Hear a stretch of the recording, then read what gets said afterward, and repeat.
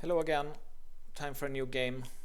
This time we are still at the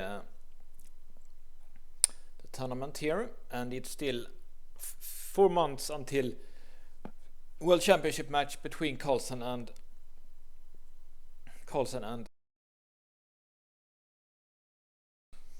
so it's very important game here, for last game between these two, I think, before the World Champion. So it's a good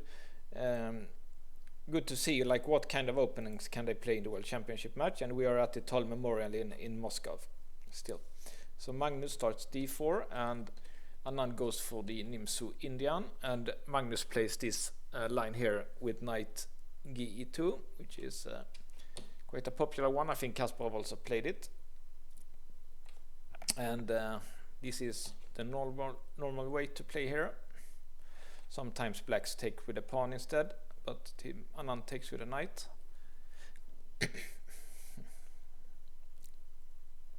And this is a little bit of an unusual setup for white, but it makes a lot of sense, because when blacks takes with the pawn, then it's not so attractive for white to put the bishop here against the pawn chain of d5, c6 and b7. But now when he takes with a knight, it makes a lot of sense to play g3 and bishop g2 here. But for some reason he anyway takes and want that stuff. I guess it's because b6 make it so that this pawn chain, after black plays c6, there is still some chances to pressure on that pawn basically. So let's see what happens.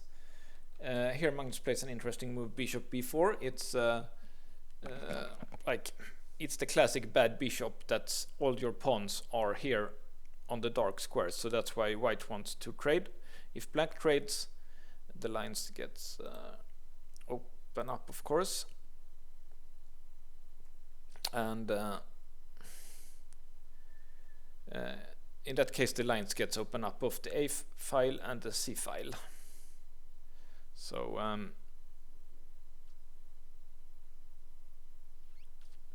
So black doesn't take. It's interesting that he plays like that, Anand, but also c5 looks, to me that looks normal, to go for this hanging pawn. He wins a tempo on the bishop. Something like this looked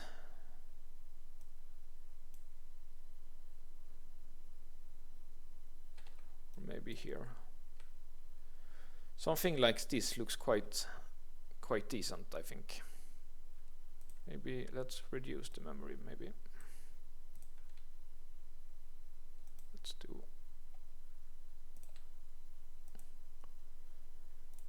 so.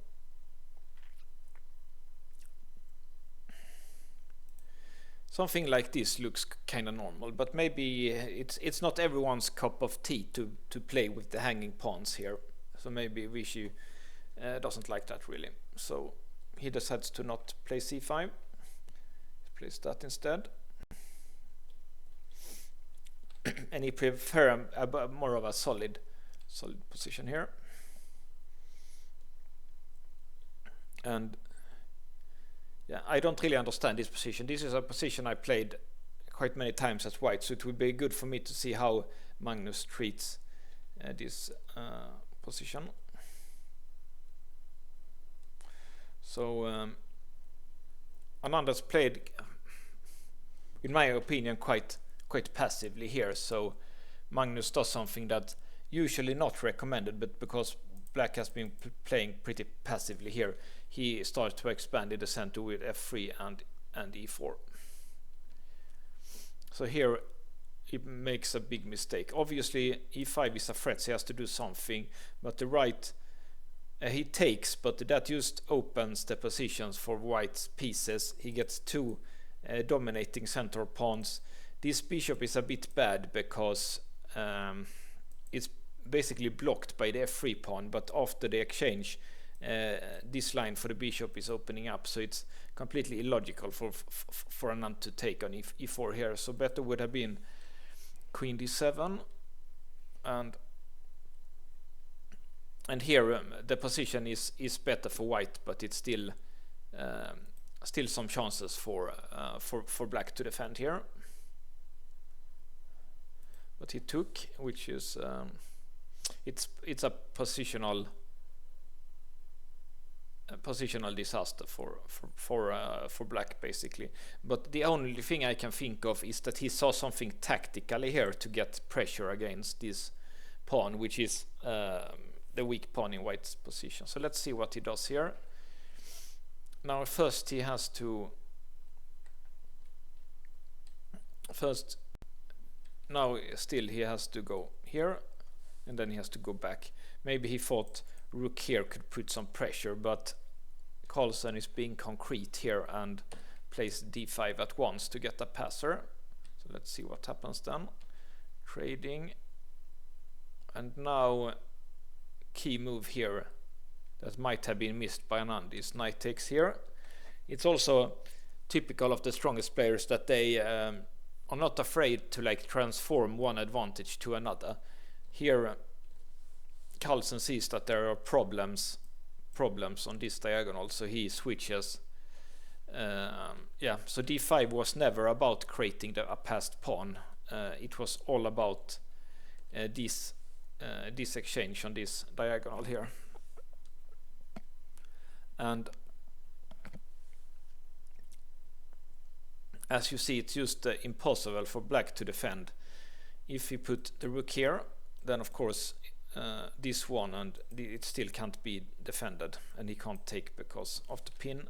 And if he does, like bishop here doesn't work of course because of this, and then take here anyway. So best that Anand thought was to play king here, but then it looks like white actually could win a pawn here, but he does e5 instead. Let's see what happens if it takes here, and then take here,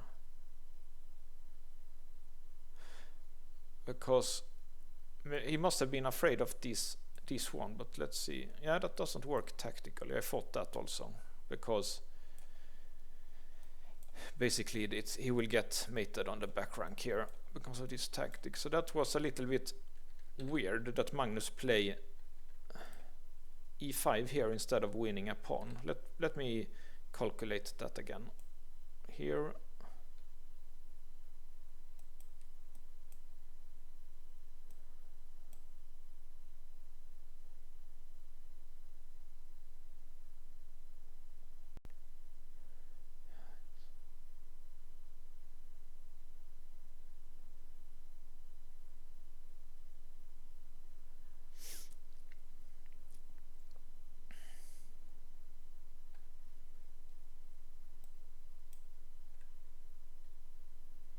So this doesn't work because of that, so you have to prepare that by doing something like here, and now you can play like this.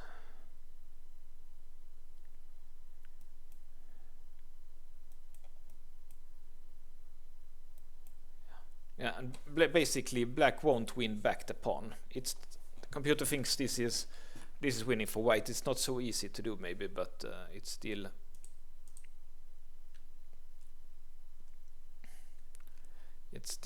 possible here.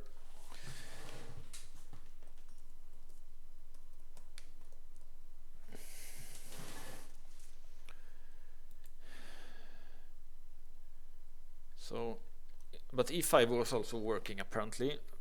Problem for black is that he has to put the knight very passively here. Okay, so this is the big mistake here.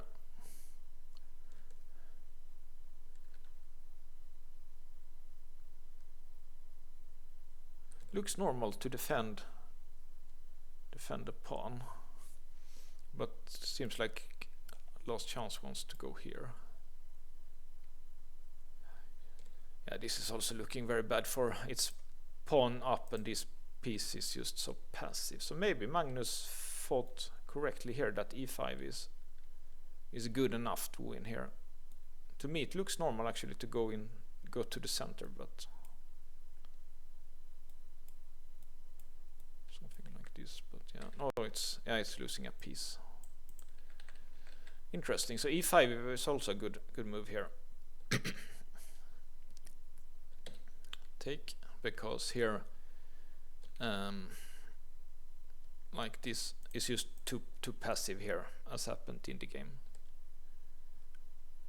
Because of this rook c7, white enters the 7th, and as I've told you many times, in my system Nimzowitsch says rook on the 7th and a passer is enough to win. So Kramnik, of course, not Kramnik, Anand of course have read that, so he's giving up now because rook on 7 and passer is winning.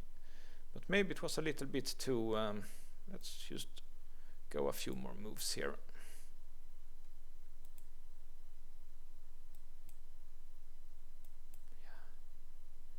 Yeah, he's just winning this pawn, and it's just a sad position for black. So sometimes you don't want to have to struggle too much here, because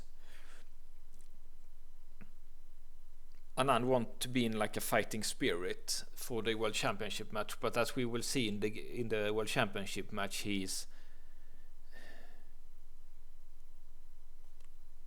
Anand never like gets it going. It's like he feels like he's defeated before the match starts. It's not like when he was playing Kramnik. When Anand was playing Kramnik, he was playing very sharp lines, both with black and white, and get an attack. But he never got any like speed against Magnus. So maybe it was because he had been beaten so many times already by Magnus that he felt like